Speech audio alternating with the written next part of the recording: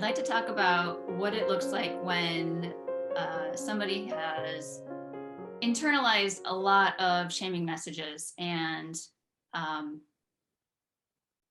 shame, in a sense, rules their life. They can't do anything without feeling like, oh, I should be this, I should be that, I should be perfect, I should live up to these unspoken expectations.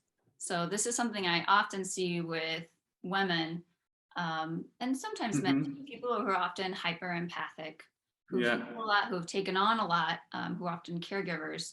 But what I see is people who are afraid to do anything that's out of the norm. Yes, it extremely limits their, I don't like this word potential anymore because it's being used so often recently. But yeah, it gives constraints to how much you can grow, who you can be, how full your life can be.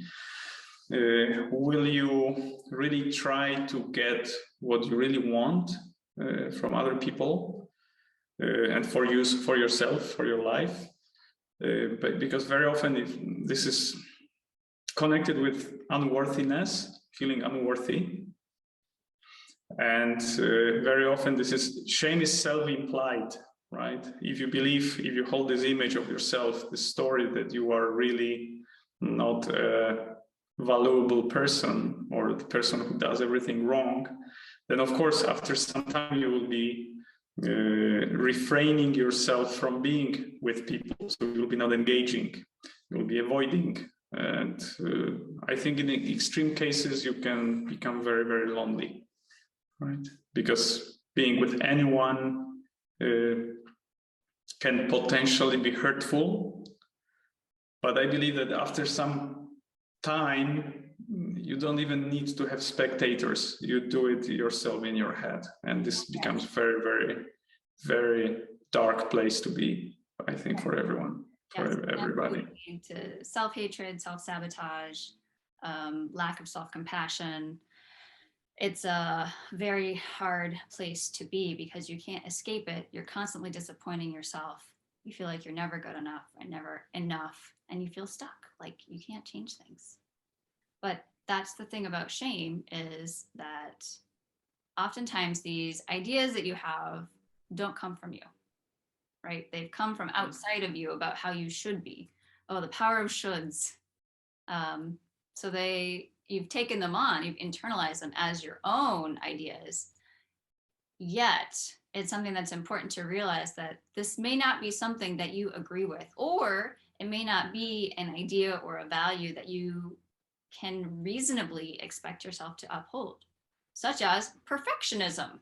This is something I see a lot of, and as a recovering perfectionist myself, it's definitely a tendency that I notice in myself, but also other people. Like, I can really notice perfectionism now. It's like, oh, you can't stop fiddling with this painting. Do you feel like it's gotta be perfect?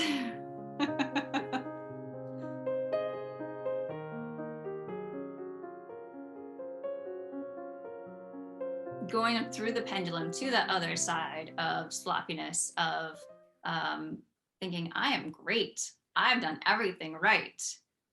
Having a little too much contentment with yourself and not enough shame, not enough willingness to listen to other people's opinions or advice, or just the information that they're giving you. And you can see people make big mistakes this way. You can also see people putting the blame on others for their own faults, if they're not willing to see and accept their own faults and their shame. So that's a big problem. It's infuriating is what it is, right? So learning to work with your shame is really an essential part of learning to get along, both with other people, but also for your own success with your relationships.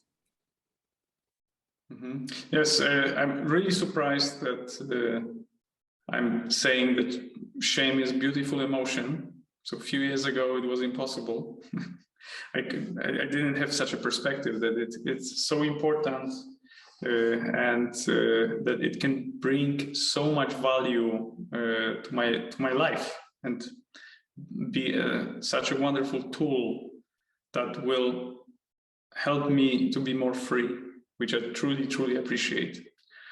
But the work needs to be done because you have to distinguish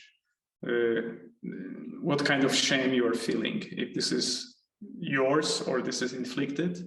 Yeah, absolutely. And it can be inflicted from outside, but it can be also your own demands towards who you want to be, right? And if you make a commitment that you will be such and such, and it's not happening, then this agreement that is causing the emotion of shame that to arise, yeah, because you are not holding up to your own contract. So the shame is to regulate, to give you the notice, right? That, yeah, who has been hurt? Well, me, right? By myself. Yeah. Bad me. And if you notice that shame keeps coming up and keeps coming up, then that underlying contract is something that needs to be looked at, because shame will always work. Shame is very loyal to you and to those agreements that you've made. And so if your shame keeps coming up and you keep feeling ashamed of yourself around the same situation, then it's time to look at that contract and say, well, where did this contract come from? Is it realistic, appropriate, and current for the situation? Oh, but that's another conversation. We're gonna I'll talk about that later with practice of shame, right? Yes. Or practical tools. Exactly. Yes. We'll talk about contracts in the next session. Looking forward to this. Any last words about shame? Any last words?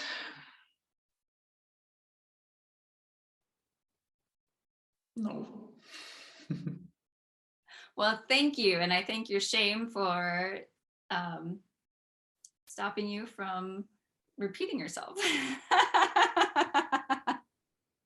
or saying things that didn't need to be said. Yes. Oh, I so appreciate you joining me today. This was really fun and really lovely to get your perspective on shame. Happy to be here.